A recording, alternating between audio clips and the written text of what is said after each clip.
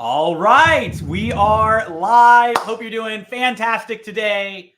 I am so excited. We are going to be diving into an AMA, Ask Me Anything. We're going to be diving into all of your biggest questions around YouTube ads, omnipresent retargeting, AI targeting with your ads, which is really exciting. And I cannot wait to dive in. We are live streaming in our Facebook group, YouTube Ads for Entrepreneurs, and we're also live streaming over on YouTube as well. I'm so excited. Let us know in the comments if you're excited as well. And also let us know what your biggest questions are in the comments. Questions about YouTube ads, growing and scaling your business, also omnipresent retargeting, anything. Let us know down there in the comments, and we're going to have those transferred over here. We should see some of the comments pop through. We're live streaming on our special software here. We're also going to have Dom, who is moderating, feeding in some of these comments as they come along. So Dom, as you see some comments, make sure that you feed that over to us as well, and we'll get rocking and rolling. I see a bunch of people joining us both on YouTube and on Facebook. Hope you're doing fantastic today. I'm, of course, Alric Heck, founder and CEO of Ad Outreach, and we help businesses with YouTube ads get consistent leads and sales. We're based here in sunny Austin, Texas, and we're diving into an Ask Me Anything AMA. So post your biggest questions right there in the comments. I see some people hopping in here. Yes, I see some people over there on Facebook. Somebody just asked, how are you? By the way, it might not let me see in my software who's asking these questions. Dom will actually cut and paste all the different questions from YouTube and from Facebook and paste them over here. It should be great. Somebody asked, how are you? I'm doing great. Hope you're doing fantastic as well. Actually, I just see George Costenda just asked, what type or combination of YouTube ads do you recommend for promoting a high ticket certification program or course? This is a great question because high ticket funnels and high ticket offers work incredibly well on YouTube. What you can do is we recommend running traditional video action campaigns. These are essentially in-stream ads that appear in front of other videos on YouTube. And what you want to do is there's a few key elements that go into making a high ticket YouTube ad convert really well. And so this is answering George's question. By the way, if you're just joining us, whether you're on YouTube, you're on Facebook, we're doing Ask Me Anything. So let me know down there in the comments what your biggest questions are. We're going to be going through those as they come in. So kicking it off, to answer George's question, what type or combination of YouTube ads do you recommend for promoting a high ticket certification or course? So what I recommend doing is creating what we call a value-driven YouTube ad. So there's three main components to a YouTube ad. There's the hook that draws people in, the educate, and the call to action. With a high ticket offer, it's really valuable for you to actually provide real value inside of the ad. Typically, it's about a 2 to 3 minute long video where you pull people in, you capture their attention, you provide real value in the ad, and then you have a clear and concise call to action to get them to go into the rest of your funnel. We'll talk about what that should look like specifically for high ticket in just a second, which is the question here. Then what you want to do is craft that video ad, have a few different hooks, maybe a couple different educate sections, and then have that lead to a video training. Because people are on YouTube, they're in the learner's mindset. They're watching videos, going from YouTube, which is a video platform, to a video conversion training, right? Which is what we call it, or a VSL. What we want to do is send people to that video because they're going from one video platform to a video to then convert.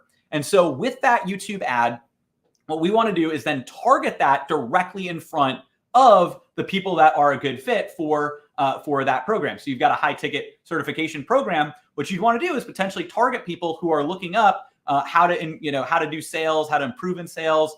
Maybe if you're reaching people and having this as a career opportunity, which is definitely something that people do as well, you could be reaching people who are figuring out how to actually make money online or make money remotely. So there's opportunities there on YouTube. And the way that you can do that is build what are called custom audiences. Now, these audiences are built out by targeting what people are searching for on Google and YouTube. It's also what websites people are going to with URL affinities, what interests they have, and you can build out those audiences. We actually have a software called Keyword Search, keywordsearch.com, where you can go and build out full YouTube ad audiences just by describing your business, clicking generate, and having that pop through. But George, what I recommend doing is going to adoutreach.com/apply and booking a strategy call with our team, because we help a lot of people in the high ticket space with YouTube ads. We can definitely help you with that And we'll also have some of our other team members there in the chat. I know Dom's there. We got Aaron, some of our other team members.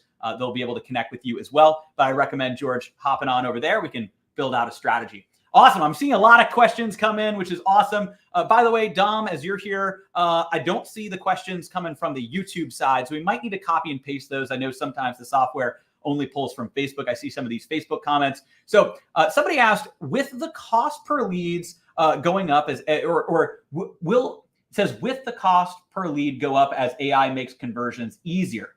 So I think what you're asking is what's going to happen as AI comes in, making conversions easier. So actually your cost per lead should go down as you target the right people with AI. Now, over time, right, as any ad platform has more and more users, cost per, the CPMs tend to go up a little bit. So over time, in general, sometimes overall ads might have higher CPMs over time. However, with AI, it should actually allow you, if you're targeting your ads to the right people, the right time with the right video, to actually have a lower cost per lead, because then you can get in front of your ideal clients more specifically there. So hopefully that answers that question. Feel free to add a clarifying question there as well. And it only lets me see some of the names. I think it might be people I'm connected with personally on Facebook here in this platform that I'm streaming on. Awesome. So the next one is, how many headcounts are you currently at with Ad Outreach? Oh yeah, so we have over 35 team members here at Ad Outreach. We have more if you include some of our contractors, different people. We've got our offices here in Austin, Texas, and we also have a remote team spread out as well. So that's a great question. We've got a really amazing dream team here at Ad Outreach. So definitely excited to see that as well. And it looks like another question here. Need one answer. Why on Google search ads after a few days conversions are not coming in earlier? Why on Google search ads after a few days conversions are not coming in earlier? Okay, so you might be facing some tracking things on inside of Google and YouTube. What I would recommend doing is seeing if you can set up offline conversion tracking. One way to do offline conversion tracking is to use a attribution software. So there's different ones out there. There's Segmetrics, there's Hyros, there's Google Analytics directly. There's ways to set up individual integrations. And one thing that can do is have a little bit more lossless tracking. So those are tracking third-party solutions. In terms of with regular ads on Google, sometimes there can be a little bit of a delay in terms of when conversions come in. So typically, you don't necessarily want to look at the same day. You want to look at previous days. After a couple of days, usually all those conversions are there. That being said, if you use an attribution platform, you can actually have those conversions tracked a little bit quicker. So hopefully that answers that question. It is something that you do see, especially with iOS and some of these different privacy things. You need to add other tracking elements to either get more robust, quicker tracking. And sometimes it can take a little bit longer depending on the data attribution model that Google is using. It gets a little bit complicated to dive super deep into that. But those are also the types of things that we work with some of our clients as well here. Awesome. All right. We've got another question here.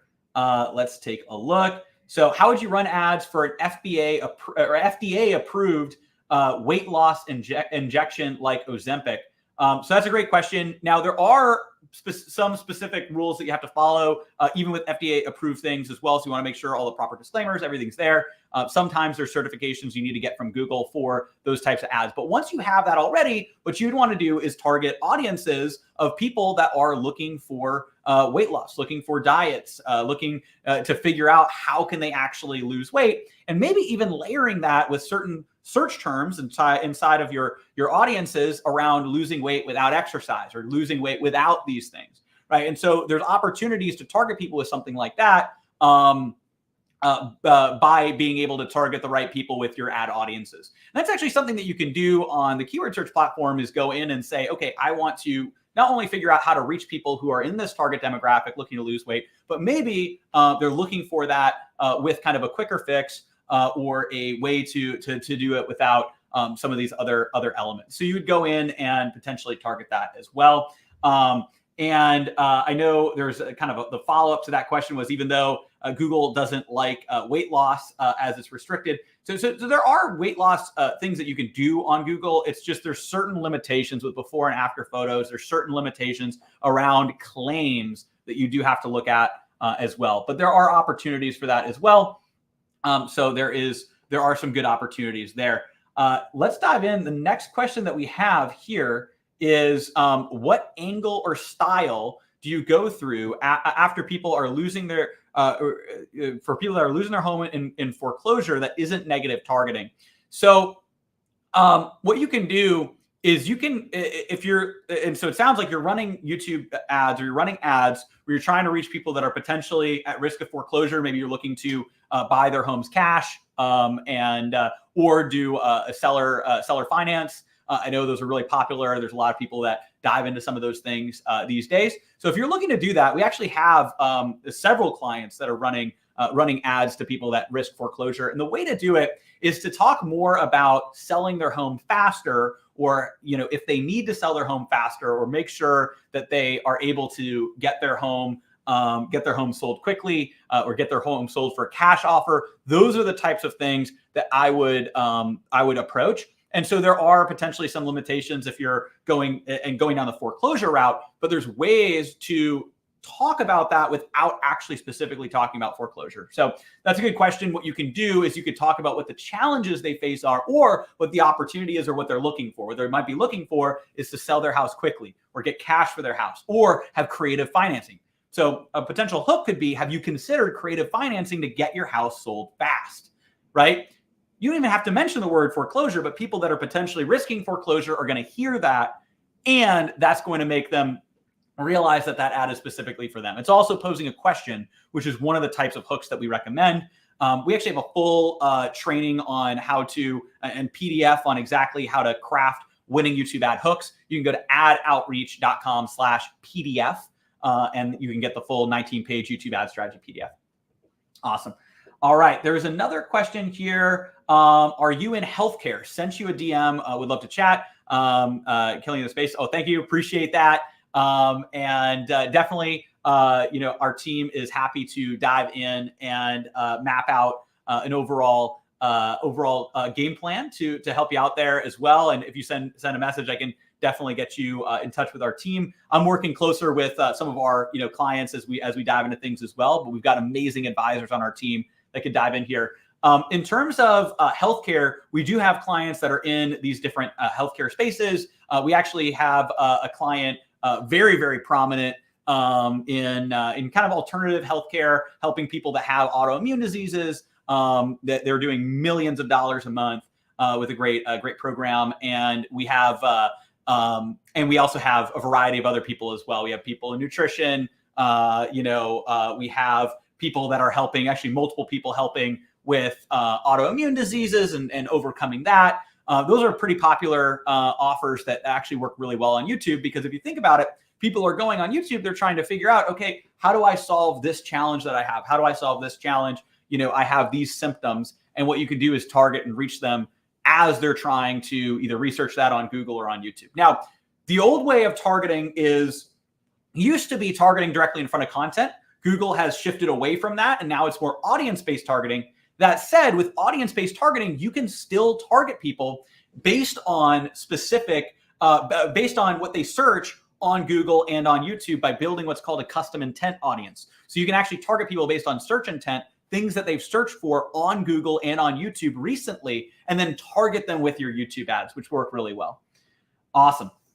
So let's see here. We've got another question here from Robert Wall. I don't know why some of these show the people's names and some don't, but awesome. So Robert Wall has a question here. Ever since Google became highly integrated into YouTube, I've experienced challenges in promoting custom products or affiliate opportunities. Are you seeing this? And if so, how are you combating this from an ads perspective? So that's a great question. So diving into custom products or affiliate opportunities with Google and YouTube becoming integrated. So most likely what you're seeing here is that there are kind of changes between where we're at now. I'm just going to move this down. So because I got this, the text is pretty big here. But there have been a few changes in terms of how YouTube ads are targeted. So in the past, it used to be more content targeting based. Now it's more audience targeting based, right? We still have clients doing incredibly well with affiliate offers, with products, with those different types of businesses. It's just not the same as it used to be in the past. So in the past, Maybe you did a little bit more targeting for specific keywords or targeting in front of specific videos. Google and YouTube have shifted more towards audience-based targeting. And so what we've found is making sure that you're targeting the right people with those audiences, you're crafting videos that really speak to them. And then the other thing that a lot of people have seen is when you have ads that are displayed, across the Google Display Network and also ads that are displayed on mobile apps, sometimes that can actually decrease some of the quality of traffic. So what you can do is you can exclude all mobile apps. There's a specific short code for that. I believe that's covered inside of our PDF. And it's also something you could talk with one of our advisors about. But then in terms of making sure that you're targeting the right people, you want to set up your audiences based around what they're searching for. So custom intent, custom URLs, websites they might be going on, and also interest-based targeting on the YouTube side as well. And in terms of products, again, it's one of those things where it's different than it was in the past, but they still perform quite well. We even have our own e-commerce product. We got these little like charging stand things, you kind of snap your phone on, called Elgear, and we scaled that up and did very, very well in Q4 and consistently bringing in a lot of sales. And it's all from our YouTube ads and our Google, YouTube ads and Performance Max with YouTube baked in, driving millions of views, hundreds of thousands of dollars in sales for these like iPhone charging stands. And that's just an example of like one of our products. And of course, we have many clients seeing a lot of success with products as well. And then same thing with affiliate offers. It just, one thing with products and affiliate offers is you do need to make sure that your whole process is dialed in, because the margins are smaller than something like a higher ticket or like a service or those other types of businesses. Awesome. So next question that I see here is, can you target people who've searched for those keywords or read articles about it? Absolutely. And this is one of my favorite types of targeting on YouTube, is you could do these custom audiences. So you can target people using what's called a custom search intent. So things that people have actually recently searched for on Google and on YouTube, or really any Google property. So anywhere Google has a search bar, so Google, YouTube, but also Google Maps, all of that, right? What you can do is you can target people that have made a recent search on a Google property, and then reach them with your YouTube ads. And so the way to do that is to build what are called custom audiences. Inside of that custom audience, you're going to choose search intent, and you're going to select that box, and then you're going to be able to put individual keywords. So if somebody's looking up how to lose weight, for that weight loss example earlier, what you could do is target people who have recently searched that. If you're looking up, how to sell online for the person who is helping with high ticket sales, right? Or how to sell on Amazon, whatever it happens to be, you can target people based on the actual search terms that they're doing on YouTube or on Google, and then build that audience and then target that audience with your YouTube ads. So the next time they're on YouTube, they're going to get that ad directly in front of them. So there's a big opportunity to be able to do that. You can also target people who have been to specific URLs. This is called a URL affinity audience. So what you want to do is set up a custom audience inside of YouTube, and then you can actually specifically target people that have been to URLs. So you can put those URLs right there inside of that audience, and then target people who have recently either been to those URLs, read those articles, and gone through there. And that's a great way for you to be able to target inside of your ads as well. So yes, you can target people who look up specific things, searches, and also your URLs.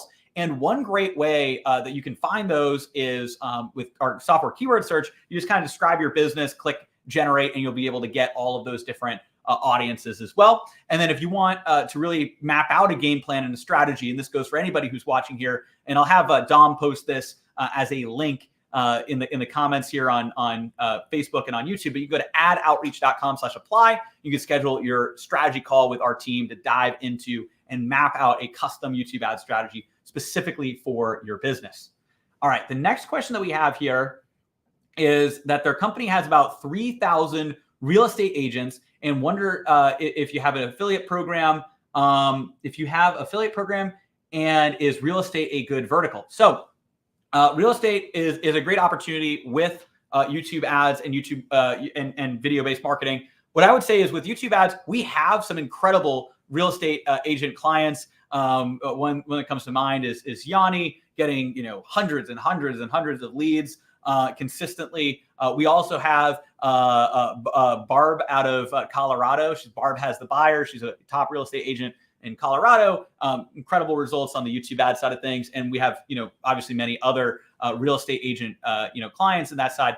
That said, one thing that we find is typically on the real estate side, we tend to work with the top, 1% of real estate agents that are doing, more of these listings that have more of an opportunity to work with a variety of different clients. Just because of the way that we work hands-on, it might be a little bit of overkill for smaller agents that are just looking for a few deals, but bigger agents and also companies that are real estate companies, we've gotten some really great results for them as well. In terms of, we have an affiliate program, we do have referral programs. And if you're interested, you can reach out to hello@adoutreach.com.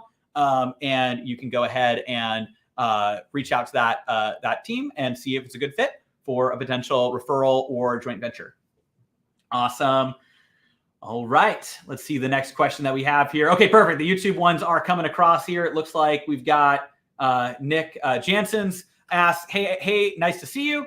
Can you please break down your business from a numbers point of view? You're at 100K a month with 18 people, setters, closers, CSD managers. So again, it depends overall in terms of, where everything is at in terms of our overall, overall breakdown. But what we've done is we've scaled our business up and we've gotten to the point where we have 4 main functions, 4 main teams within our company. So we're around 35 people in terms of kind of more the employee side. And then we also, of course, have contractors as well. We have other people, on the team too. So we've got both in person here in Austin, and we also have remote.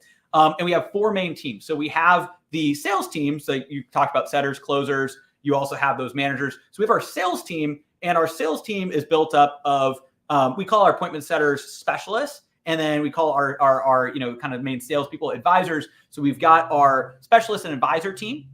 And, that kind of fluctuates in terms of the numbers. Typically, we have a little bit more than a dozen people on that team, but that kind of fluctuates up and down depending on how many setters we have on the team as well. But we basically have our sales team. But then in addition to that, we, of course, have our client success team. Our client success team is one of the largest teams that we have because we're working with a lot of different clients. And so we have our ad strategists that dive in, help our clients set up the ad side of things. We also have our copywriters that go in and actually help them write their YouTube ad scripts. We've got our account managers and client success managers. We've got our funnel designers that, kind of funnel people as well that kind of help our clients with their video conversion funnels. And we also have, kind of people kind of managing our client success team. Then from there, we have our operations team. So we've got an amazing operations team. We got Julia, who's our COO. And in addition to that, we have several other operations team members, some that dive into, more of the accounts receivable, some that dive into more kind of SOPs, general operations management. And on the other side, we have our marketing team. And in our marketing team, we have our own internal media buyers that run ads for ourselves. We've got our own, kind of copywriter that does our own copywriting. And we have people on our content team, videographer, editor, social media. And so essentially we've got that overall team side of things. And so we have kind of an executive for each department, right? So we've got the client success director, we've got a sales manager, we have a marketing director, and we have our COO, Julia, and then of course myself. And so that's kind of how the overall team and company is structured. And that's essentially what we do on this team and this side of things. So that's basically how it overall works. And that's what we do here at Ad Outreach. And the next question that it looks like we've got is, my business is a local small business in the children's education niche. Do you have any customers in that space? I've tried some YouTube ads and had many clicks, but not many real customers. Okay, so businesses in the local small business. In terms of children's education, which is, by the way, is a really great thing to go in. I know actually my mother just released her children's book. So she's doing, she has a children's book on becoming the best version of yourself. It's called Enough of Best Self Adventure. And so I love, diving into children's education is really important and valuable. And so you asked if we have customers in that space. We do have customers that are more so working with more high school students, I will say. So we've got some that are in the kind of college prep, SAT prep, kind of getting ready for college side of things. And so there's two sides of the question. So yes, we've got clients in that type of area. In terms of younger children, we have had some in the past that are kind of a little bit focused on that. But in terms of specific examples, we work with thousands of different clients. I'd have to take a look at that. That being said, in terms of trying YouTube ads, getting clicks and not real customers, what I want to make sure that you're doing is targeting, is really setting your ad up, kind of following the right process. So what you want to do is you want to make sure that you're crafting a video, usually 2 to 3 minutes long. It can be a little bit longer. Just make sure that you're providing real value inside of that video. From there, you're going to want to target that to not just children. And this is one of the big areas with the children's education, is you want to make sure that you're targeting it to potentially the parents. So there's a targeting in your audiences where in the detailed demographics, you can target parents of kids of a certain age. So for our SAT and college prep services, that's one of the things that we do, is we're able to target parents of teens, 13 to 17, for instance. And that actually allows us to go and reach people that are looking, that are diving in and looking for ways to educate their kids. And so what I would look at here is making sure that you set up an ad, hook, educate, call to action, that you set up the targeting, that you add in detailed demographics so you can go in and target parents of kids of whatever age you're looking to reach. Because one of the problems with targeting content designed for children is if you target the kids themselves, then you might be getting in front of the kids, which technically you're not supposed to on YouTube, but at the same time, it still ends up happening, right? So if you're seeing and you're looking at placements, you might be appearing in front of a bunch of kids content, which means the kids could be clicking it, but they might not be opting in. But who you really want to reach is you want to reach the parents of those kids. And the way to do that is with the detailed demographic targeting. And then make sure that you're optimizing based on conversions. And if you need more help, you can, of course, go to adoutreach.com/apply, and we can map out a strategy for you as well. Awesome. All right, let's take a look here. We've got another question. Looks like somebody has implemented the Alpha AI course, and which is one of the programs that we have here. It doesn't seem that Google lets you pause audience segments anymore. The only way is for me to delete an audience segment directly within the custom audience. Is that a bug affecting your account? So Google sometimes likes to roll out new views and new options pretty regularly. So in terms of pausing different audiences, you do want to go in and see, okay, which audiences are typically going to be generating a little bit better results here. And what you can do is, in the past, there definitely were ways to go and target and pause individually. What you can do is potentially remove audiences, right? So if an audience isn't working as well, then you can remove it. If you care about keeping some of that existing data, you can, of course, always duplicate campaigns as well. And that's one of the strategies that we have, which is kind of the winning audience campaign, where you essentially have all these audiences there.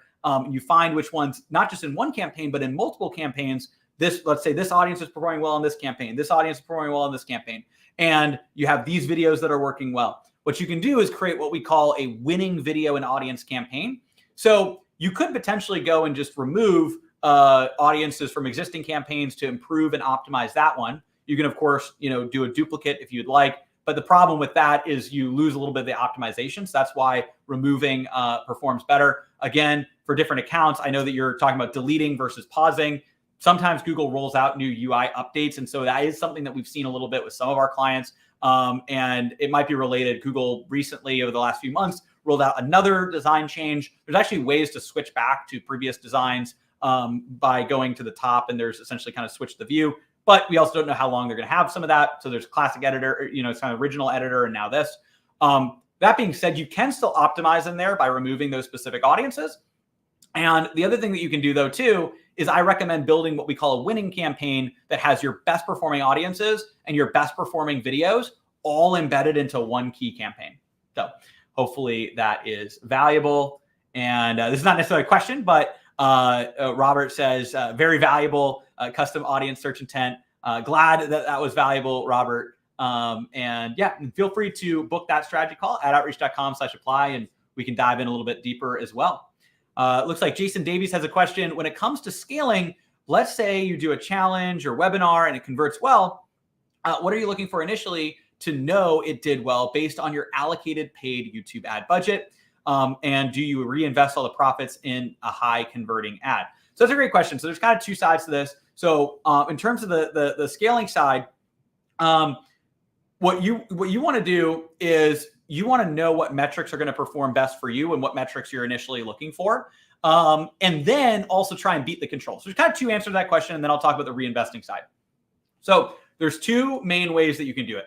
If you have targets already, then you typically know, okay, this is the target that I'm looking to hit. So if there's a certain cost per acquisition, cost per new client that's coming in, or a certain area where you're looking to hit a specific KPI for a cost per lead or a cost per book call or whatever it happens to be from, let's say, a challenge or webinar, then what you can do is you can look at, okay, is this within that range? And then let's go ahead and scale up where it is. And any audience, any campaigns or audiences or videos that aren't performing there, then we're going to turn those off and pause those. Kind of like what we talked about earlier, right? We want to optimize. We want to take what works the best and scale it up. You want to optimize what's in the middle and turn off what's not performing as well. And so essentially, that's one way to do it. Is that's when you already know what the KPI is that you want to hit. It sounds like you might be asking, well, maybe you don't know the KPI. And then your KPI is just your last best performing campaign or your existing top performing campaign.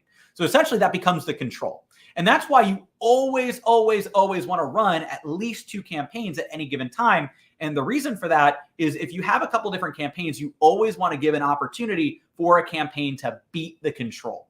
So if you have 2 different campaigns, you have one, over here that is producing at this degree of results, then you launch another campaign. And it's going to, one of 3 things is going to happen. It's either going to get the exact same results, which is relatively rare to a degree, unless you're launching the exact same thing, or the results are going to be worse, or the results are going to be better. And so if the results are worse, then great, you turn that off, then okay, you turn that off, and this one's still performing. But if the results are better, great, this is now the control to beat. And then depending on your business, you can decide you keep this running, or do you pause that and you launch another test that either beats the control, or it performs a little bit less, or performs equivalent.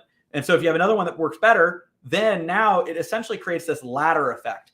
You also don't want to just do 2 campaigns. You want to do multiple. And so essentially you're constantly looking to beat the control. And so that's the way that I look at it with the challenge or webinar funnel or whatever it is you're always raising the bar. You're always looking to raise the bar. So whatever campaign is producing the best results, that's the bar that you want to overcome. And then whatever campaign is producing the worst allowable results, that's kind of if something's worse than that, and you turn it off. So it's almost like you're creating this range, and the goal is to get that range to increase and get better and better results over time. So essentially, let's say you have 10 campaigns running at any given time. You might have, and I'm not saying you should have that number. It depends on your business, funnels, all that. But let's say that that's the case. And you have this range, then you're going to have a certain amount of campaigns that fall within this range. And if something falls outside of this range, you're going to cut that. Something's above the range, then you might cut the bottom one and now raise the bar. So that's essentially how it works. And what you want to do is you want to raise that band of performance within your campaigns so you keep getting that to perform even better. And so it looks like we've got another question here on the Facebook side, but also feel free if you're watching and joining us now on Facebook and in YouTube, to let us know what your biggest questions are. I see Kevin Hawthorne here. Good afternoon from Lakeland, Florida. Hope you're doing fantastic, Kevin. Definitely excited to dive in here. Let us know your biggest questions. So let us know your questions. We just dove into a bunch. We've got some more questions here as well. That being said, there's more opportunities for us to ask a few more questions here on Facebook, here on YouTube. We're live streaming in both these areas. Let's pull up the next Facebook question that we have here. It looks like there is information. So we're in the midst of a property development. I'm actually going to hide this because it's taking up a little bit too much of the screen. So in the midst of another property development project and are seeking a new way to raise funding for this project. We established each project regulation D504, which has been a good avenue. We plan to continue that in the future.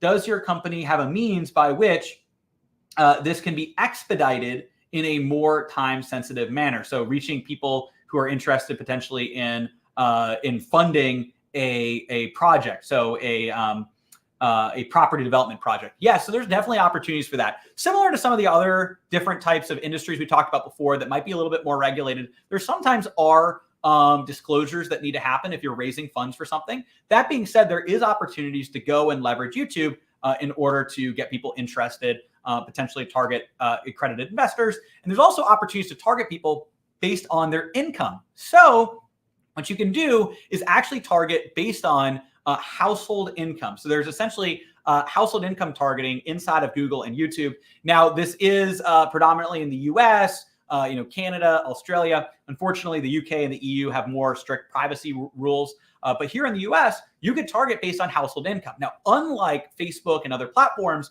that target based on zip code household income, in which case you're just kind of targeting whatever zip codes are a little bit theoretically wealthier, but not actually based on the individual people, right? And so it's not as strong as the household income targeting on Google is based on their browsing history. Because here's the thing, Google knows so much information about everybody. They have all of your Google searches. They have all of your YouTube searches, your YouTube history, the videos that you're watching. But what do they also have? They also have Gmail. There's a reason Gmail is free. Where do all your receipts go? When you buy something online, it goes to Gmail. And they're collecting all of that data to build a profile on you to determine who is in that higher income bracket and who potentially is not. Remember, all of that data, there's a reason Gmail's free. They're collecting all this data, and they have a really good idea at who's in a higher income bracket, who's not. And remember, they also have Google Analytics. It's installed on 55% of all websites online. So more than half of every website has Google Analytics. That's just piping that data back to Google. That's how it's so powerful. By the way, Facebook's only installed in about 11%, between 11 and 12% of websites, whereas Google Analytics is installed on 55%. So there's a lot of opportunity to understand what people are doing and target them.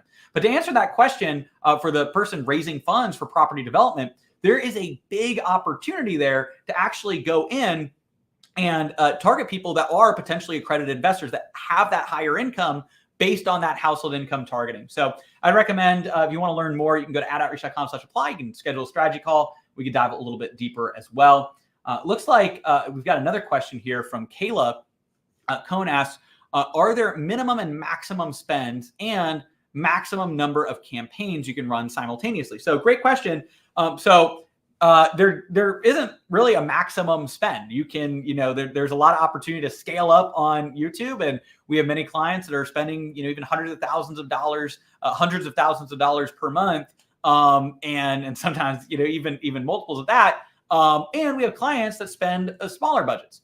Now, in terms of minimums, there are a couple minimums that we would recommend based on the different types of ad platforms. So there's kind of two main types of ads that we run. There's in-stream ads. These are, video action campaigns. They appear in front of videos. You can skip them after a few seconds. They have the link that goes off. With those, typically what we'll recommend to our clients is spending at least $25 per day per campaign, right? So essentially, and I always recommend having at least 2 campaigns, and I'll explain why in a second. So essentially, in terms of video action campaigns, the minimum we'd recommend spending is about $50 a day. And we have clients that spend thousands and tens of thousands of dollars a day. So again, it's big range, right? And we don't work as much with corporate clients, but there's corporate clients corporate companies that spend even more than that, of course, on YouTube. But usually for us, right, it's anywhere from that all the way up to tens of thousands a day. So then it just and there's obviously a wide range in there as well. But to start off, in terms of the minimum budget, with these ads, these in-stream or VAC ads, what you want to do is we found at least $25 per day per campaign. Ideally, we can actually put $50 per day per campaign in there, but at least 25. Underneath that, these campaigns don't tend to perform as well. And so $25 to $50 per campaign per day. But let's say you're doing 25, you'd want to have at least 2 campaigns. The reason for that is you always want to give an opportunity to beat the control. Here's why. If you only have 1 campaign, you never know where that campaign is. The campaign could be here, but you don't know if that campaign is really up here or really down here. You need to have another campaign, a testing campaign, to constantly try and beat the control. So you launch 2 campaigns, one's here, one's here. And then what you'd want to do is after a little bit of time, cut this one and then try again and see if that is better. Great. Now we can cut this one and we can make another one and try to get it better. If it doesn't perform as well, cut that, try again. And that way we're constantly creating this ladder effect to make our campaigns better and better. And the only way to do that is if you have multiple campaigns. So I would always, always, always recommend having at least 2 campaigns. And the minimum spend on this in-stream ad side will be $25 a day. Again, we do prefer launching at $50 a day with those. So that's either 50 or 100, depending on which of those budgets you do. We also like to launch with 4 campaigns typically. So typically our clients will launch with 4 campaigns, either $25 to $50 a day. So really that typical launch range for smaller budget clients would be anywhere from $50 to $200 per day with these in-stream ads. And that's the type of thing that we dive in. We can help hands-on with that process. You can go to adoutreach.com/apply. In terms of the actual further minimum, though, there's another type of campaign called in-feed and discovery ads. And I think I just got a notification from Google that they're going to be changing that name again. And I'll have to double check that. We were just going through that a second ago. But anyways, essentially what these are ad campaigns that appear in search results. So as you're searching, so you're going to say, oh, I want to, somebody's looking up like how to lose weight, right? Or they're watching a video on exercise. Then you could have a search result or a in-feed ad that appears in those search results or alongside other videos, a suggested video, or in the home feed as people are scrolling through YouTube. And then when they click that video, it brings up the watch page and you start watching that video.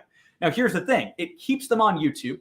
So it's not necessarily designed for conversions, but it actually works really well to get people into your ecosystem and watching your videos. So what you could do is you can target people with that particular in-feed ad to get more exposure, reach people who are potentially clients. And you can also still do some keyword targeting with that as well. And with those campaigns, it's really as little as $5 to $10 a day because you're not bidding based on conversions. You're bidding based on CPV, which is cost per view. So you're bidding per view. And typically what we found with these types of ads is the views can be a fifth or even a tenth the cost of what it is on the in-stream ads. And that's because you're keeping people on the YouTube platform. It's kind of like a Google search result, right? It's right there. Yet the clicks and the cost per view is a fraction. It is pennies on the dollar compared to what you'd pay pay-per-click on a Google search. So there's a really big opportunity, an arbitrage opportunity there as well. And it's also a way that you can grow and scale a YouTube channel, get more people in your ecosystem. So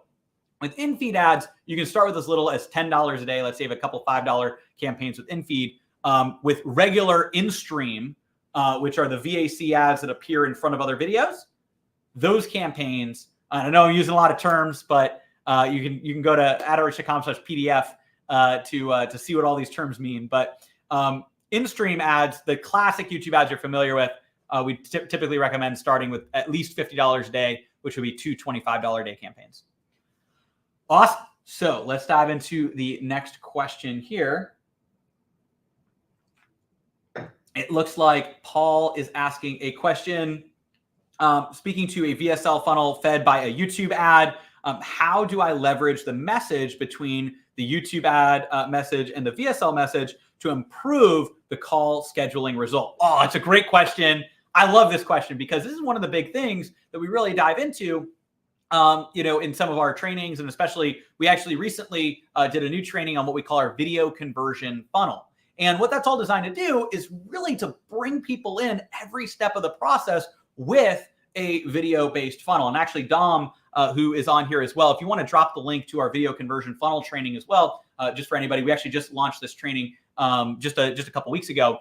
And essentially what that does is it walks through a little bit of how it's important to make sure that you align the message inside of your YouTube ad, and that's aligned with the actual opt-in page, that's aligned with your VSL, and then that's aligned with your book a call page, that's then aligned with your call, aligned with your offer, and gets people to book. The more you create alignment and clarity every step along the way, the more people are going to enroll because you're providing a very clear through line. So what you want to do is you essentially want to make sure that your ad aligns with the call to action and the actual opt-in page, and that aligns with your actual VSL, and that aligns with your headline for booking a call, that aligns with the offer on the call. So a good example is if you kind of reverse engineer it, one way that we actually like to start with this is to go in and say, okay, if you're building out your VSL, and we have a kind of a framework for this called our video conversion training, but if you're building that out, what are some of the key elements and the key pillars that you're going to be teaching? And those are the same pillars that can be involved in your offer. So if you have your offer, you can then teach some of those pillars on your VSL. And then those pillars can become quick bullet points and quick lessons. We call them golden nuggets on your ad. So if we just take a look at a potential example, on your ad, you have a hook. So it speaks to your ideal clients. You pull them in. Then you educate. So let's say you have these 5 key elements that you want to teach. These are your 5 pillars on your offer. And these can be 5 quick bullet points that you're talking about, these aha moments or golden nuggets. So on your ad, you might cover, 3, 4, or 5 of those key elements, and then say you're going to dive deeper inside of a free video training. So you might cover, hey, here are the biggest things you need to know. This, and this. And we're going to dive even deeper into all of these on our free training. You can click the link right here. And so then the next page is going to be the opt-in. Learn the 5 secrets to X, Y, and Z. Then once they opt in on the training, that's when you want to dive in and say, okay, today we're going to be covering these 5 secrets to X, Y, and Z. You build up your credibility. You follow this. There's a whole kind of process around the video conversion training. And then you get to, all right, here are the 5 key elements. Let's actually break those down. You spend a little bit more time diving into them. Then you say, but remember, these are the 5 key elements, but what I want to do is I want to customize them to you. I'm recording this training. I don't know your business. So what I'd recommend doing is hopping on a strategy call so we can actually map out how to implement these 5 key pillars into your business and build a custom action plan.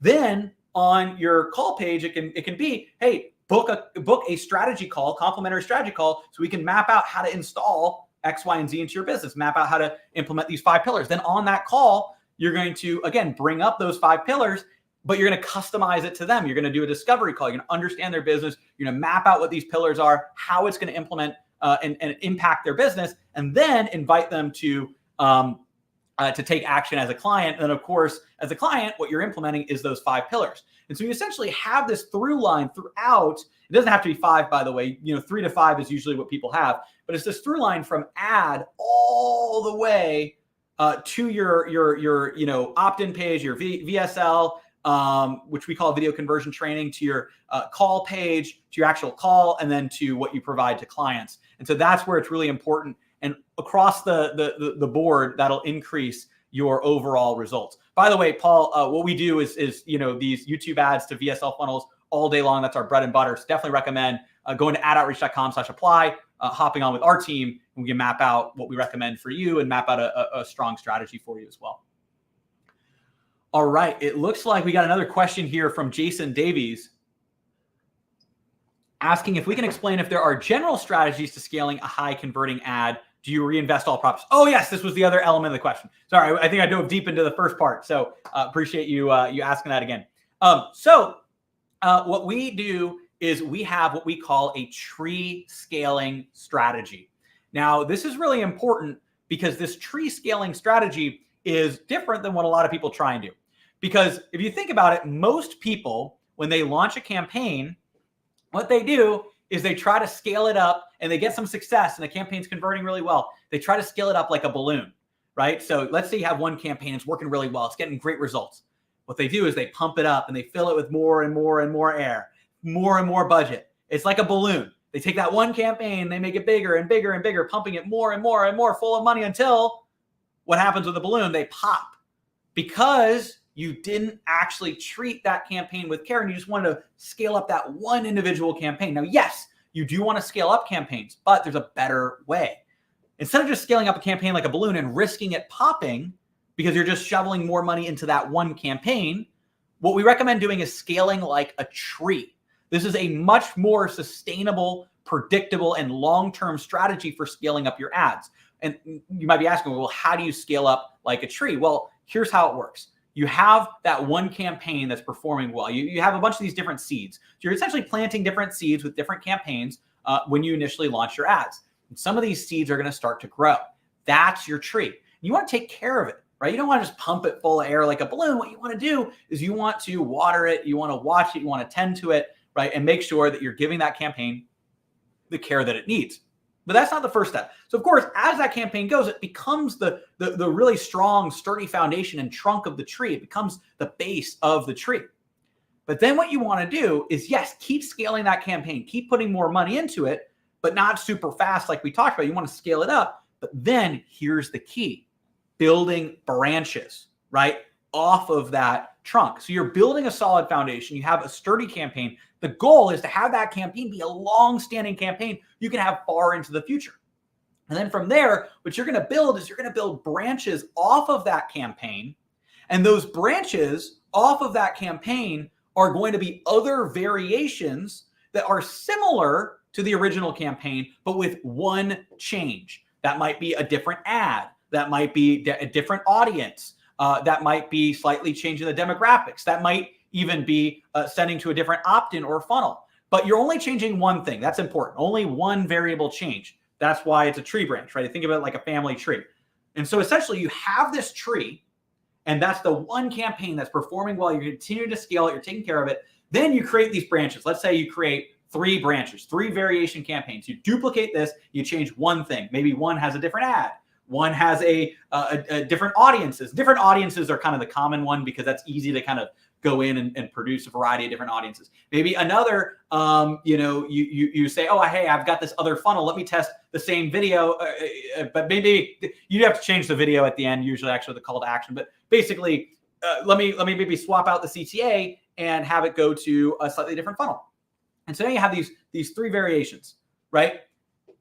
And let's say one of them doesn't work as well. It's kind of like a dead branch. It falls off the tree. That's fine. You just prune that branch. But then you have now 2 strong branches. Let's say these go really well. Then what you can do is you can create more branches off of them and more branches off of them. And yes, keep scaling those other campaigns, but then building more campaigns off of it. Think of it like a family tree. You've got that one base campaign. Remember, what most people do is it's kind of like they're throwing darts at a board. They get one that sticks, and they say, great, pour as much money into it as possible. And they scale it up like a balloon too fast, and they risk having it pop. What we want to do is treat these like seeds. We want to play the long game. So when we have campaigns that perform well, yes, of course, let's scale them up. And, we don't have to scale them up very slowly, but we also don't want to go too fast either. We want to get that right pace. We're scaling it up, and we're watering and taking care of that tree. And then what we're doing is we're creating branches, and we're seeing, okay, let's change one thing. Let's duplicate this campaign, change a couple things about it. Let's create these other branches. Yes, keep scaling this, but let's also test it with different videos, different audiences.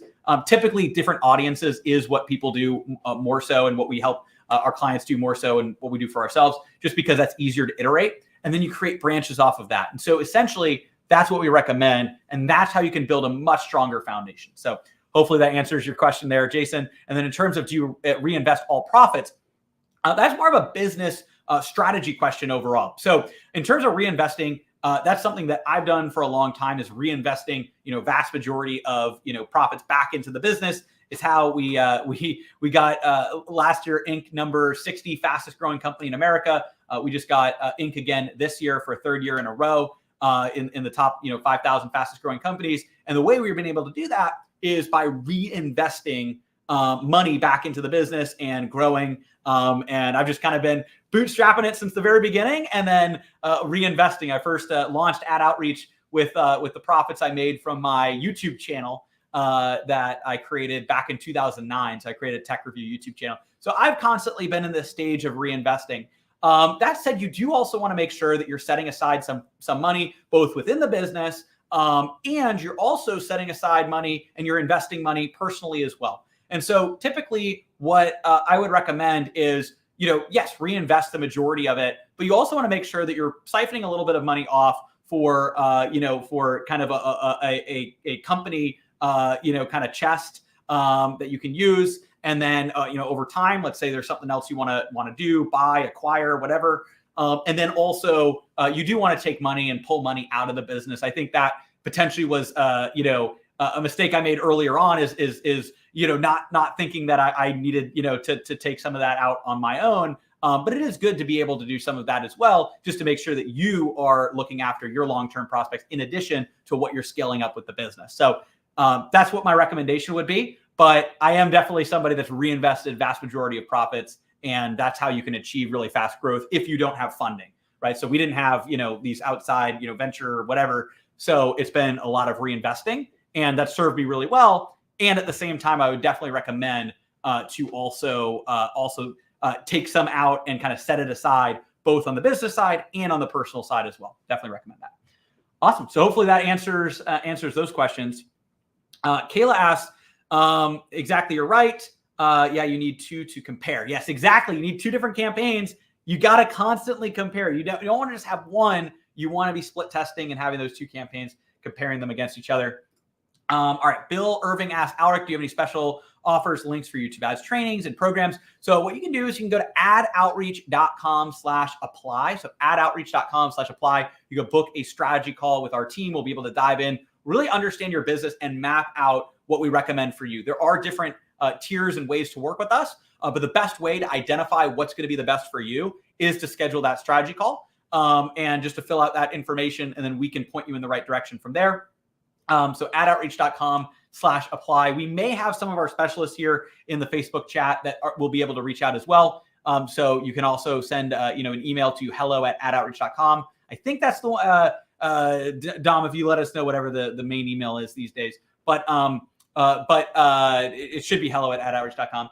But that being said, the easiest way to make sure our team sees it is to go to adoutreach.com/apply, book a strategy call, and we'll map out the best game plan for you. So great question, Bill, and definitely happy to help you with YouTube ads. Again, we have a variety of different ways that we work with clients. We also train clients hands-on in YouTube ads, so you can have this in your team as well. You can go ahead and go to adoutreach.com/apply. We'll dive into that. Kayla says, thank you so much. You're welcome, Kayla. So glad that's valuable here. We've got more questions, but by the way, if you're joining us, whether you're here on YouTube or you're here on Facebook or in our Facebook group, definitely let me know in the comments what your biggest questions are. This is an Ask Me Anything. We're diving into this AMA here. So I'm happy to dive into your biggest questions around YouTube ads, growing your business, omnipresent retargeting, and more. And you can, of course, go to adoutreach.com/apply, book a strategy call. You can also go to keywordsearch.com for our YouTube AI audience research software. Awesome. All right. The next question that we have here, Seth Brown asks, does YouTube work well with agency offers? Yes. So YouTube definitely works well with agency offers. It does depend, on who your ideal clients are. So it works better with offers that are targeting small and mid-size businesses. If you're targeting corporate, then that's a whole different ballgame. But if you're targeting, that's a very different type of sales, right? It's kind of going after kind of the more corporate, fortune style sales. If you're targeting any small, mid-size, or even, at least for in the online space, even larger online businesses, then running YouTube ads is a great opportunity because you can reach people who are looking to grow their business, or they're looking for ways to market themselves. And you can target people who are looking for that. There's also pre-built audiences that Google has as well in the market for marketing and advertising.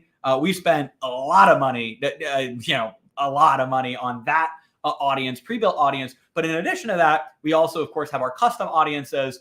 Custom audiences are performing, better these days. And that's also why we built keyword search to help you build out these custom audiences to target people that are searching for things on YouTube and Google related to, either needing an agency, marketing help, or whatever it happens to be. There's also different levels of awareness. So you can also reach business owners that maybe don't realize they have a marketing problem, but then get in front of them and make sure that they're aware that they do have a marketing problem. And your next follow-up question is, if so, how do you get granular with targeting? So great question. What I would recommend doing is building custom audiences. So like I said, there's those in-market audiences that Google has by default. That being said, those get really saturated and it's not as granular. What you want to do, and you can actually layer those with potentially other audiences as well. You can create, and layering. But what I typically recommend, although there are some changes with some of what Google's rolling out, they make changes with what you can and can't do with some of the layering depending on your campaign type. But what I'd recommend doing is building out custom audiences around what people are searching for on YouTube and Google. and also what their potential websites that they're going to, or even building out an avatar of who that person is and setting up as an interest or kind of more persona-based targeting inside of Google as well. And one way that you can do that is you can go to keywordsearch.com and actually just describe details about your agency, and then it'll give you some of the different targeting options that you can choose. But also, one of the things that we do as well is we help our clients with that. You go to adoutreach.com/apply. You can set up a call and see if it's a good fit. And it looks like Paul just set up. Awesome, will do. Perfect. We're looking forward to diving in with you and mapping that out, that strategy on the call. So that'll be awesome. Excellent. Looks like Happy Sima says, why do you risk creating branches which might not be profitable when something else is already working? Oh, okay. This is a great question. So I really do like this question. So it's the macro strategy. It's the big picture strategy. It's a very good question to look at. And yes, you want to scale what works. The tendency that people have is to scale what works so fast that sometimes that they accidentally make it not work. And it's a real thing with advertising, right? And we see it happen, unfortunately, with people that don't necessarily come through some of our programs. We see it happen a lot. They have a campaign that works really well, but then they almost overstretch it. Now, there are ways to get it back, right? Sometimes you can either scale down or relaunch that campaign at a lower budget. So it not all is lost if that happens, right? So just a heads up. And sometimes, again, there are clients that we have that are bigger that their strategy is to scale until it breaks, then scale back a little bit. That's not what we generally recommend for normal clients, because what we want to do is we want to scale up and scale up over time, as well as building off these branches. But part of it is you will get more scalability by testing these other branches as well, and not just having one main campaign that you rely on. You're putting a lot of eggs in one basket just to rely on one singular campaign. Now, that being said, we want to scale that campaign as much as we can. I'm not saying that that's not the case, but we don't necessarily want to scale it as much as we can in one day, right? So what we want to do is usually every couple of days, and we have a whole kind of strategy around this, we might increase that budget. Early on, we might increase it by 50%, or we might increase it by more. Then later on, we might be increasing it by 10 or 20% every couple of days. And if you're doing that, you actually can scale the campaign pretty rapidly over time and see some really great results. But it's more predictable that you're going to be able to get more predictable results. It's when you create radical shifts in the overall spend that you could see less predictable results. That being said, it's almost faster to scale by doing this kind of combination. Because if you think about it, scaling an individual campaign up is almost like vertically scaling, but launching other campaigns is horizontal. And the fastest way is not just to scale vertically or just to scale horizontally. I'm not saying that. It's actually to kind of do both and to kind of scale like this, right? So it's like you're doing both vertical and horizontal at the same time. Yes, you're scaling up that individual campaign and you're also optimizing, but what you're also doing is you're also launching other campaigns that then can possibly scale up as well. So you're essentially creating a multiplication effect on your ability to scale. So hopefully that makes sense. I have usually, with our clients, we have some slides and visuals that kind of illustrate it. But I'm happy to clarify any more if you have questions there. But it's doing both. It's, yes, scaling up that individual campaign at a controlled, predictable rate and launching other variations. And if those variations don't perform, then you're cutting them really quickly. The variations that do perform, then you have new branches that perform that you can also scale those up. And it actually allows you to scale more predictably faster by doing it in this way. It's essentially diagonally scaling. Awesome. All right. Jason Davies says, thank you so much. Absolutely. You're welcome. That's awesome. And Seth asks, our ideal clients are small, mid-sized home service companies, roofing, HVAC, plumbing. Ooh, there's definitely a big opportunity there with roofing, HVAC, plumbing. Actually, one of the clients that we had was the U.S. Metal Roofing Consortium. They're kind of the largest metal roofing companies, and they have a wide variety of kind of sub companies like all over. They're I don't recall if they're exactly in the 9-figure range yet, but they're definitely multi 8-figure business, if not 9-figure. I know they were kind of getting close to that area. But obviously a big business there, great people too. But with their business, it works really well because what you can do is target those YouTube ads to people that are, potentially have interest around, roofing, fixing the roof, updating the roof, and essentially what their pitch was, hey, let's do a metal roof, right? And walking them through the benefits of that, and you can actually talk about that on the ad and then go from there. The other thing is it's a high ticket service. So HVAC, high ticket. Plumbing is one thing that I will say there's a little hit or miss there because it is very kind of urgent services. So typically you will have kind of that extra success on the Google search side. I'm sure you probably know this, Seth, right? Because oftentimes if people have a plumbing issue, they might go to Google right away. But here's what can work for plumbing. What can work for plumbing is people who are going to Google and or going to YouTube, and they're trying to actually, if they're going to YouTube, they're saying like, how do I fix this? And they're looking up how-to videos, right? Or they're in their custom intent. Then what you can say is, don't try to fix it yourself. That's worked in an ad is, don't try and fix it yourself. You need a plumber. Here's the plumber, right? But roofing and HVAC, there's big opportunities. HVAC is kind of in between because that's the type of thing that people, you're going to get some people that's an emergency and some people that it's more, okay, time to replace the HVAC here. Same thing, right? It's, people are looking that up. And the thing though, is your cost per click and therefore, CPLs, can be significantly lower than on Google search. And what you can do on YouTube, and what you can do is you can take your best performing Google search keywords and put it into a custom search intent audience on YouTube and build out custom search intent with your top performing PPC keywords, and take that audience and then run those. And then what you can be able to do is go in and reach those people as well. So it looks like actually Seth made an update here. So it says, mainly asking in regards to advertising to those people. Okay, for your SEO agency. Okay, I thought you were talking about ads for those different companies. So if you have an SEO agency that helps them, that's actually great too. So yes, you can reach people that are, there's ways to build out audiences around service providers. So what you would want to do is you want to build most likely potentially a custom interest based audience and build out a persona built around these HVAC service-based businesses.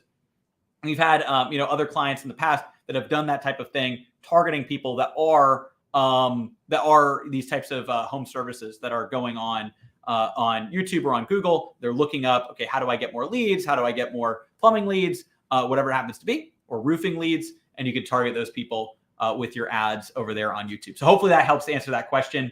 And also good insights. I appreciate that. Insights in the YouTube ad side of things. What I'd also recommend for you, Seth, too, is you can go to adoutreach.com/apply. We can build out kind of a custom strategy for you as well and map that out. It's a complimentary strategy call. So you can just go to adoutreach.com/apply. We could dive a little bit deeper, but you can definitely reach people that are plumber, HVAC, and service-based businesses on YouTube as well. Okay. Looks like the next question is, would you only ever focus on one ad platform? Also, would you ever turn off all campaigns if they're just not performing and draining the ad budget? All right, let me take a quick sip of water and I'll dive into that. All right, so good question. So in terms of only focus on one ad platform, now, this is something where it depends on the size of the business. So early on, there is an opportunity for you to dive deep into an ad platform and to scale that up. That being said, more and more, one of the biggest things that we see is you want to have your eggs in multiple baskets. So I used to talk, one of our biggest ad campaigns, and some of you on here probably definitely remember this, YouTube ads beat Facebook ads every time. We still even run some of those as well. That said, what we want to do, and we also know that YouTube ads for our clients, really do outperform when you're running them the right way. So it's with the right strategy, the right targeting and videos. That's essentially what we do. There's a big value on YouTube because they're in the learner's mindset. They're going on YouTube to learn. You can reach them at the perfect time. And that's what we help clients do. That being said, we're shifting away from some of that verbiage because it created an us versus them, when in reality, it's an us with them. You want to be using YouTube and other platforms, whether it be Facebook or Google search, because that's going to diversify. So the same way we get on the phones with people that were just running Facebook ads and said, hey, you probably shouldn't just put all your eggs in the Facebook basket. You want to use YouTube as well. And you can get even better results potentially on YouTube based on what your business is doing. We also realized, I think, at a certain point that we also didn't want to be hypocritical there and say you put all your eggs in the YouTube basket, even if YouTube's producing better results than other platforms. So typically what we recommend now is to have a couple of different platforms that you're leveraging, YouTube being one of them, because there's so much power in YouTube. But you could do YouTube and Facebook, or you do YouTube and Google search, or you could do multiple of those, right? That being said, you should put the majority of your spend where you're getting the best results. And so we've got a lot of clients that might spend 80% of their budget on YouTube and have 20% over on Facebook. And some clients are 50-50, right? And so there's opportunities there to go in and say, okay, what makes the most sense for you and for your budget? But at this point, I think, if you watch some of my videos in the past, I might have said, hey, just go all in on YouTube. I would say, yes, dive into YouTube because you can get such incredible results here. And at the same time, there's opportunities to have other platforms running in parallel so that you can be diversified in your ad platforms. And you can also get the low-hanging fruit on different platforms as well. And would you ever recommend turning off all campaigns that are just not performing and draining budget? So that's a good question. So ultimately, typically you're not necessarily going to get to that point where all campaigns aren't performing per se, unless the overall funnel and the overall. So if the campaigns were performing, you typically don't necessarily get to a spot where they're all of a sudden not performing. What you might be talking about is at the very beginning, if you launch your ads and maybe they don't perform right off the bat. If that's the case, then what you want to do is go through an iteration process where you're looking, okay, what point in this funnel is broken? And then go and address that and fix that. And then based on your business situation, that might mean scaling back your budget. It may mean turning off your budget if you don't have confidence in the overall funnel anymore. Now, in terms of if they're genuinely not getting any results, then there's something broken. Because typically what happens is it's not that people don't get results. It's that you might be in a certain area where you might be getting a certain level of results that maybe is underneath the KPI that you want to achieve, right? And so that's why we talk about beating the control. Typically, though, you want to constantly try and beat the control as long as you have the budget to do so. So you want to get your campaigns better and better. Now, if for some reason something is really broken and not performing, then that's more of a business decision, less of an ads decision to say, okay, where are we going to allocate here? And are we going to take a step back and say, maybe we need to redesign this funnel or this offer or whatever happens to be. But typically what you'll see is you'll launch your ads and you'll have different ones that are performing, different ones that aren't. You take the ones that are performing the best. You're going to have those be the ones that you scale. You're going to cut the ones that don't perform as well. And if you launch a variety of campaigns, they're not all going to be equal. There's going to be some that are performing and some that aren't. And you're going to want to turn the ones that are out of KPI off and beat the control there. Hopefully that answers that question. If it's something that you're facing, especially on the YouTube side, definitely go to adoutreach.com/apply. We can take a look at where you're at and help you out. And that's also one of the reasons we work with our clients is we can dive in hands-on and say, okay, here's what you should do with this strategy. Here's what's going on. Because there shouldn't be a situation where it's just not working. There's just different levels of how it works, right? If that makes sense. So hopefully that answers that question. Awesome. Looks like we've got another comment here. And by the way, feel free to let us know what your biggest questions are. We're getting towards the bottom of some of these questions. So if you've got questions, whether you're over on YouTube, you're watching on YouTube, or you're watching on Facebook, let us know what your questions are. This is our Ad Outreach YouTube Ads AMA here. All right. So the question here is, thanks to the enlightenment, as a newbie, I have been trying to run Amazon ads, Facebook, Google for phone cases, and Amazon products. Any recommendation for which is efficient to use? Okay, so there is a couple of things here with Amazon where, and they're adding more conversion options these days, which is good, but it is a little bit more of a walled garden on the Amazon side, where they don't necessarily let you have access to all of the information. Unlike if you're running more to a funnel where you can kind of set up the pixel yourself and control some of that, they are doing more things there. In terms of phone cases, I would actually tell you that you probably are going to want to focus a little bit more on those Amazon ads. And the reason for that is it's on platform, keeping people on platform, optimized directly there, and they're typically lower margin for phone cases. On YouTube, one of the things that's the hardest to be able to scale effectively is if you have very small margins. And sometimes that's the case with phone cases. Now, that's a volume game. That said, where are people going? They're going on Amazon. So I know this might surprise you, but I always want to give people the best advice. And I would say that it might actually make sense for you to dive deeper into the Amazon ad side of things. That being said, we have iPhone charging stands that we sell on Shopify. This is one of my other businesses, this L-Gear business, right? That does like these iPhone charging stands and like MagSafe charging. They're like $59, $89. Those are a little bit better of a price point that we run a bunch of YouTube ads and Performance Max on Google to those. And those do really well. And those get solid returns and ROAS. And then, we go from there and the returns are even better, during Q4. That being said, for phone cases, even though there's a phone case that we sell on that site, we actually don't specifically advertise the phone case on YouTube. It's more of an upsell. The reason for that is the margins are too thin for it to be for it to have the return that we want on YouTube. It's a little bit better to have those $59 to $89 products so that we can have that solid return. Where we can get to, the goal with those is 3x, ROAS on those. Cause again, it's like a low price product, $59, $89. And so essentially what we want to do is scale up that, those ROAS there. In terms of a phone case, because those phone cases are typically cheaper, it's harder to get that return just because of the barrier to entry on some of these platforms. And it's not just YouTube. It's the same. People are seeing more and more of the same thing on Facebook and other platforms, right?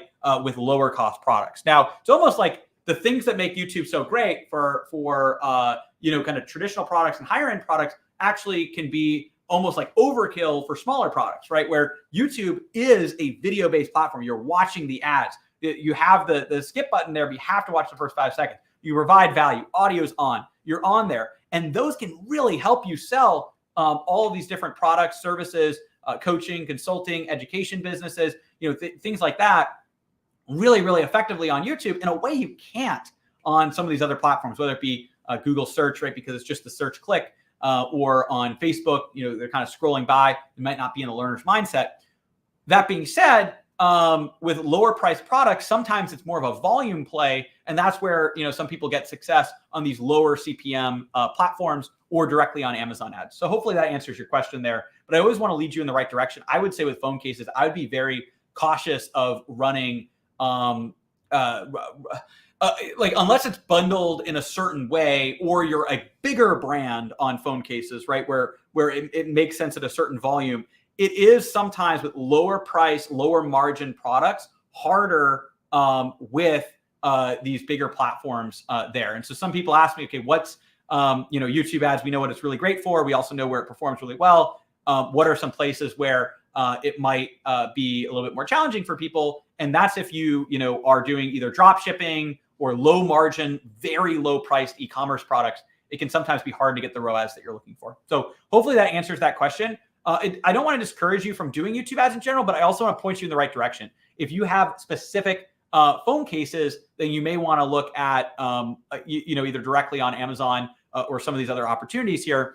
That being said, if you have other products, like, I even said like this, like a charging stand and things like that, those actually perform quite well on YouTube because they're within an area where the margins make sense and you can get a higher ROAS.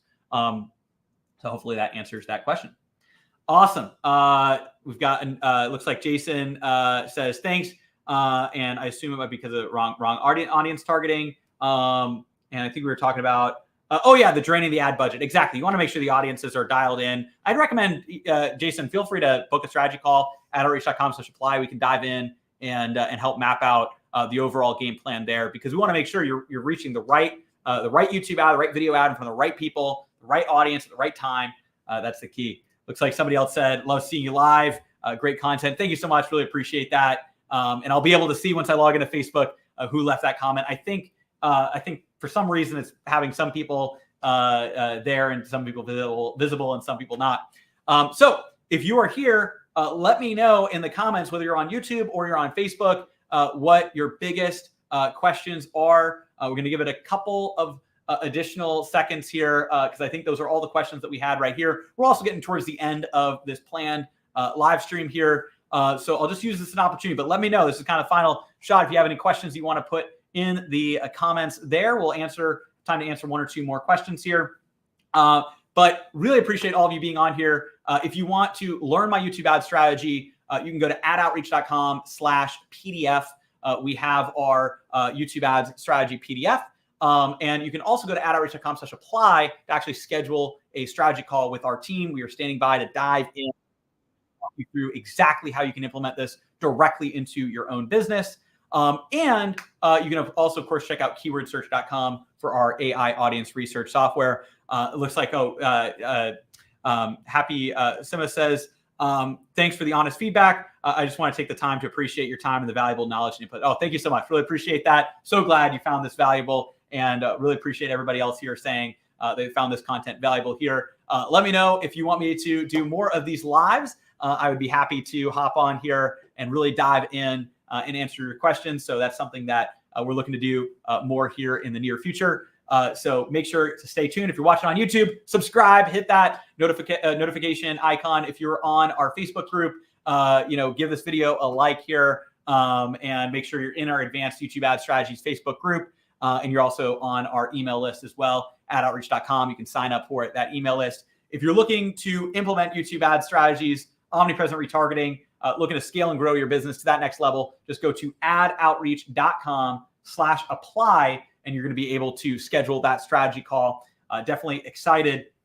And it looks like Jason has one more question. This is actually a great question. Is it preferable if your ads are already running, or is it okay if you haven't launched yet to schedule a strategy call wherever you're at? Whether you've launched ads already or you haven't yet launched ads, you can go ahead and schedule that strategy call at adoutreach.com/apply. So feel free to do that, Jason, whether or not you're running YouTube ads already. If you are already running YouTube ads, so we could dive in, take a look and see where you're at and map out a game plan strategy from there. If you're not, then that's great too, because what we can do is map out your strategy for YouTube ads for launching those campaigns and making sure you launch them the right way. So either way, adoutreach.com/apply is the place to go. Thank you so much, everybody. I think we're going to be all set on this live. Hope you're doing fantastic. Have a great rest of your week, and I'll see you on the next one. Thank you.